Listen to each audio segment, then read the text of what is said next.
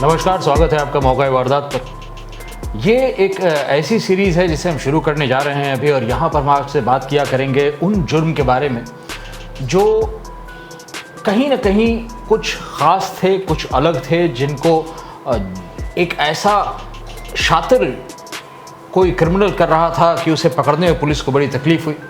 आज जब हम सबसे पहले बात करने जाएंगे एक ऐसे व्यक्ति की जो नटवर लाल को मात दे सकता था। जी हाँ, ये एक ऐसे ठग की कहानी है जिसने ठगी में ऐसे ऐसे आयाम, ऐसी चीज़ें कर डाली कि उसे सोच करके भी आपको अजीब लगेगा। एक ऐसा व्यक्ति जो कि लगातार कई सालों तक ठगते रहा इंडियन रेलवेज को, जिसने जुडिशियल सिस्टम को जो है ठग डाला, जिसने पुलिस को ठगा, न जाने और कितने इस तरह के जो है काम अंजाम किए। ये व्यक्ति और कोई नहीं था बल्कि एक ऐसा आदमी था जिसका नाम था धनीराम मित्तल। ये एक एक्सपर्ट फॉर्जर था। इसे किसी का भी हस्ताक्षर देख करके हस्ताक्षर को हूबहू कॉपी कर देना उसके बाएं हाथ का खेल था। वो जाली कागजात बनाने में बहुत ज़्यादा माहिर था।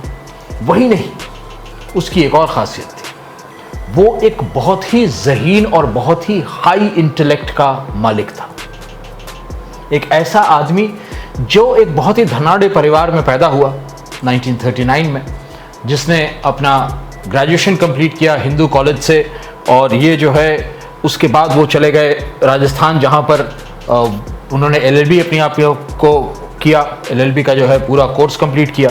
वही नहीं, एक खासियत इनके साथ और क्या थी कि ये एक मेरे ख्याल से ये जुर्म की दुनिया में महज मजाक के तौर पे चले आए। इन्हें ऐसा लगा कि मैं दूसरों से ज़्यादा तेज़ हूँ तो क्यों ना मैं उन्हें बेवकूफ़ बनाऊँ, उन्हें ठगूँ। और उसके बाद ऐसी लत लगी इन्हें कि ये एक के बाद एक जुर्म करते गए। इनके नाम पर कुल मिला करके 1000 से ऊपर जुर्म दर्ज हैं। जी हाँ, 1000 से ज़्यादा वारदात को अंजाम ये अभी तक दे चुके हैं। और वैसी परिस्थिति में ये मान पाना कि एक ऐसा आदमी जो 1000 से ज़्यादा वारदातों को अंजाम दे चुका है, वो किसी भी तरह से हीरो मटेरियल हो।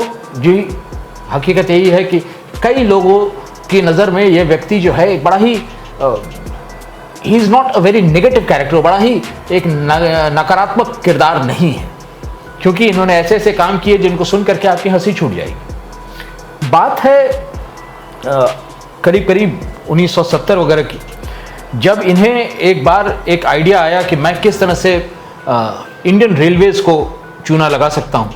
वो गए एक रेलवे स्टेशन पर, और वहाँ पर उन्होंने जो स्टेशन मास्टर थे उनके पास पहले जो है एक भिजवा दिया टेलीग्राम कि आपका तबादला जो है फलां रेलवे स्टेशन पर हो गया है। वो व्यक्ति थोड़ा सा 1 मिनट के लिए अचंभे में आया, क्योंकि उसके तबादले का समय था नहीं, टर्न नहीं था उसके तबादले का। लेकिन फिर ऐसा नहीं है कि बिना टर्न के तबादले नहीं होते थे। और सबसे बड़ी बात क्या थी, अगले दिन एक व्यक्ति वहाँ पहुँच गया जिसने कहा कि आपका तबादला वहाँ हुआ है, मेरा तबादला यहाँ हुआ है, मैं यहाँ चार्ज लेने आया हूँ। तो जो स्टेशन मास्टर साहब थे उन्होंने चार्ज हैंडओवर कर दिया उस व्यक्ति को जो उनसे चार्ज लेने के लिए आया था, और चले गए अपनी नई पोस्टिंग पर। जब नई पोस्टिंग पर पहुंचे तो उन्हें पता चलता है कि यहाँ पर तो कुछ है ही नहीं ऐसा, मेरा तो यहाँ तबादला हुआ नहीं है। यहाँ पर जो स्टेशन मास्टर बैठे हैं वो अभी भी यहीं पर स्टेशन मास्टर हैं।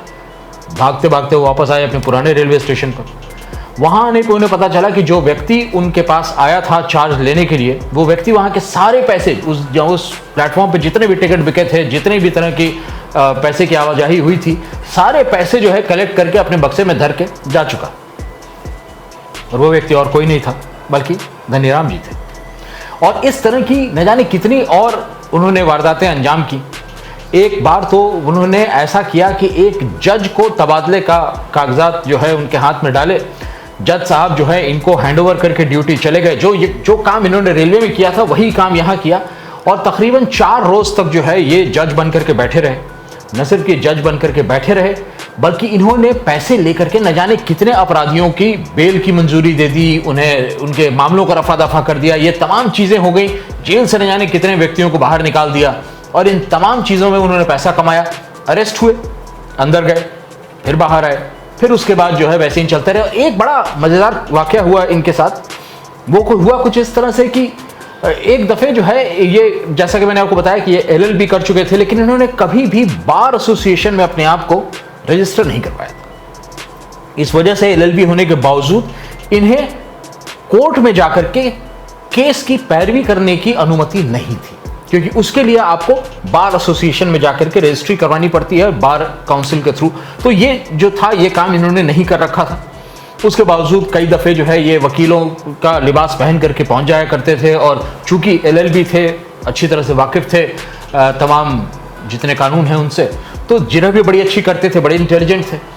कई बार लेकिन पकड़े भी गए कि भाई क्यों कर रहे हैं, आपके पास तो बार की डिग्री भी नहीं है, आपका रजिस्ट्रेशन नंबर नहीं है बार का। इन तमाम कारणों से जो है कई दफ़े उनके क्लाइंट्स भी मुसीबत में पड़े। एक बार क्या हुआ कि वो जिरह कर रहे थे और एक जज साहिबान जो बैठे थे वहाँ पे, वो इनको न जाने किस बात पर फटकार चले और इन्हें बहुत डांट पड़ी। ये बड़ा बेइज्जत अपने आप को महसूस किया इन्होंने। उसके बाद इन्होंने, चूंकि हैंडराइटिंग, जैसा कि मैंने बताया कि हैंडराइटिंग और फॉर्ज डॉक्यूमेंट के बड़े ही माहिर थे, इन्होंने इस जज साहब की हैंडराइटिंग में बाकायदा एक त्यागपत्र लिखा और वो भेज डाला प्रशासनिक सेवा के ऑफिस में। जज साहब का जब मंजूर हो गया इस्तीफा, उसके बाद जज साहब को पता चलता है कि मेरे नाम का इस्तीफा भी गया था, इस्तीफा मंजूर भी हो गया। वो पहुंचे अपना बताने के लिए कि मैंने तो कभी इस्तीफा भेजा नहीं है। जो लिखित इस्तीफा था वो दिखलाया गया। वो ये डिनाई भी नहीं कर पा रहे थे कि ये मेरी हैंडराइटिंग है, क्योंकि हैंडराइटिंग हूबहू उनकी थी, हस्ताक्षर हूबहू उनके थे। लेकिन उन्होंने कहा कि मैंने ऐसा कोई इस्तीफा नहीं भेजा है। बात ये तक हो गई थी कि इनका जो एक सर्विस, जब आप इस्तीफा देते हैं उस वक्त आपके तमाम कागजात बनते हैं जिससे कि आप जॉब से अलग होते हैं, जिसमें कि आपके PF के बारे में, आपके ग्रेच्युटी के बारे में, आपके पेंशन के बारे में, इन तमाम चीज़ों के होते हैं। हर अलग अलग डिपार्टमेंट इसको पास करता है और ये पूरा एक प्रोसीजरल प्रोसेस है, और उस प्रोसेस को मुकम्मल यानी कंप्लीट किया जा चुका था। अब वैसी हालत में जो है जज साहब का इस्तीफा तो समझिए तो पूरी तरह से हो चुका था।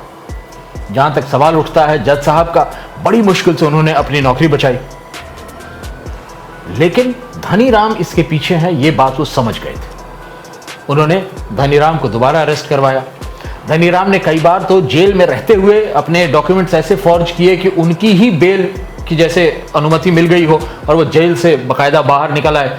कई दफ़े जो है उनके साथ कई सरकारी अफसर भी जेल के अंदर गए, क्योंकि कई बार वो इन चीज़ों को अंजाम देने के लिए, इन वारदातों को अंजाम देने के लिए, वो जो सरकारी अफसर हुआ करते थे उन्हें भी पैसे खिलाया करते थे, जिससे कि कई चीज़ों को नज़रअंदाज कर दिया जाए, प्रोसीजरली थोड़ा सा तब्दीली कर दी जाए, जिससे कि इनकी जो फर्जीवाड़ा इनका जो है वो तुरंत पकड़ में ना आए। तो ये तमाम चीज़ें जो हैं इनके साथ चलती रहीं। ये बार बार जो है भागते रहे। एक बार फरीदाबाद कोर्ट में इनकी पेशी होनी थी, वहाँ से ये गायब हो गए। तो इनके पास जो कहानियां हैं कुल मिला करके वो नटवरलाल से कम नहीं है, और वारदात मेरे ख्याल से इन्होंने नटवरलाल से ज़्यादा अंजाम दी थी। तो ये कहा जा सकता है कि ये भी एक और नटवरलाल थे।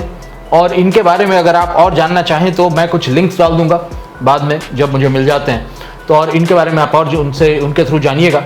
अगर कोई सवालात हों आपके, कोई ऐसी क्राइम हो जिसको कि आप चाहते हैं कि हम कवर करें, तो कृपया कमेंट सेक्शन में लिख करके ज़रूर बताइएगा। ये हमारा पहला एपिसोड था, अभी बहुत नए प्रोग्राम के साथ हैं। कुछ थोड़ा सा और मैच्योरिटी होगी तो और कुछ हम बेहतर होंगे। अगर आपको पसंद आया है तो सब्सक्राइब कर लें चैनल को, वीडियो पसंद आया हो तो लाइक भी कर डालें। मिलूंगा आपसे मैं एक और इसी तरह की क्राइम स्टोरी के साथ। कहीं जाइएगा मत, जुड़े रहिएगा हमारे साथ। यह है नेशनल खबर, मैं अनुपम सिन्हा और आप हमारे प्यारे दर्शक। धन्यवाद।